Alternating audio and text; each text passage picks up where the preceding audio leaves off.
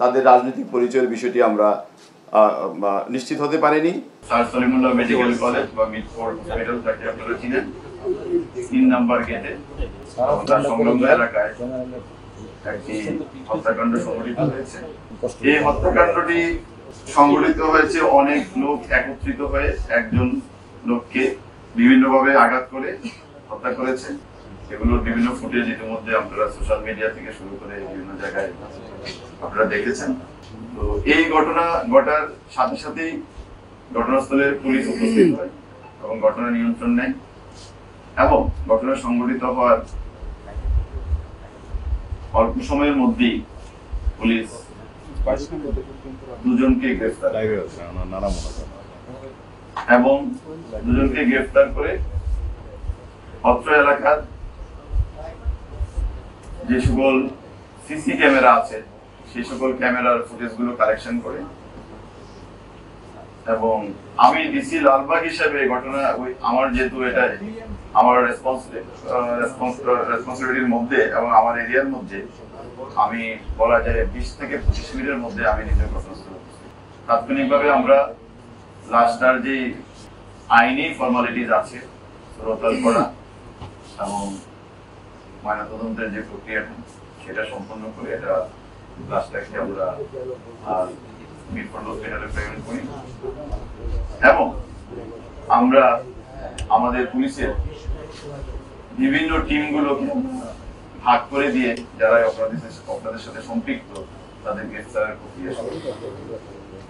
আপনাদের জ্ঞাতাতে একটু বলে রাখা ভালো, এই ঘটনাটা নেপথ্যে অনেক রকম কথাবার্তা আমরা মিডিয়ায় দেখতে পাচ্ছি। তো একটা আমরা এই পর্যন্ত আমরা যতটুকু পেয়েছি অপরাধীদের সাথে কথা বলে বা এই হত্যাকাণ্ডের সাথে যারা জড়িত বলে এখন পর্যন্ত মনে হচ্ছে, তাদের সাথে কথা বলে আমরা যে সকল তথ্য পেয়েছি এটা একটু আপনাদের নিকট ক্লিয়ার করা দরকার।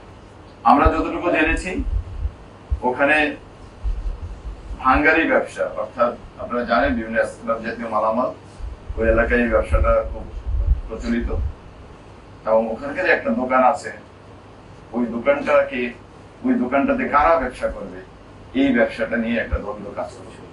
আমরা এতটুকু জানতে পেরেছি উনি হত্যাকাণ্ডের শিকার হয়েছেন এবং যাদেরকে ধারণা করা হচ্ছে হত্যাকাণ্ডের সাথে জড়িত তারা পরস্পর সম্পর্কিত এবং ব্যবসাটা তারা একসাথে কিছুদিন করেছে।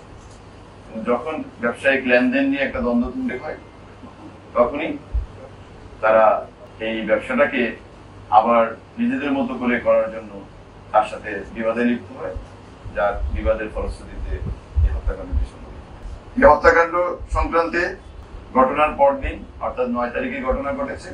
10 তারিখে যে তিনি হত্যাকাণ্ডের শিকার হয়েছেন ভিকটিম সোহাগের বোন কোতোয়ালি থানায় বাদী হয়ে একটি মামলা দায়ের করে, যার মামলা নম্বর 7/10 জুলাই এবং এটা হত্যা মামলা সংক্রান্তে ঘটনা সংক্রান্তে যে সকল ধারা আছে বাংলাদেশ দণ্ডবিধির সেই সকল ধারা অর্থাৎ 302, 34 এই ধারায় এই মামলাটি সংঘটিত হয়েছে বা দায়ের করা হয়েছে।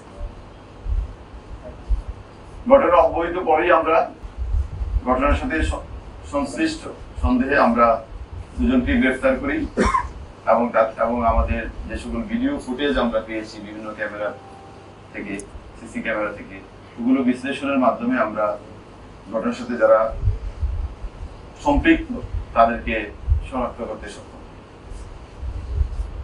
এবং এই ঘটনার সাথে সম্পৃক্ত আছে এবং বিভিন্ন ফুটেজে দেখা গেছে যারা ঘটনার সাথে সম্পৃক্ত এরকম 5 জনকে ইতিমধ্যে গ্রেফতার করা হয়েছে। এর মধ্যে মাহমুদুল হাসান মহিন 41,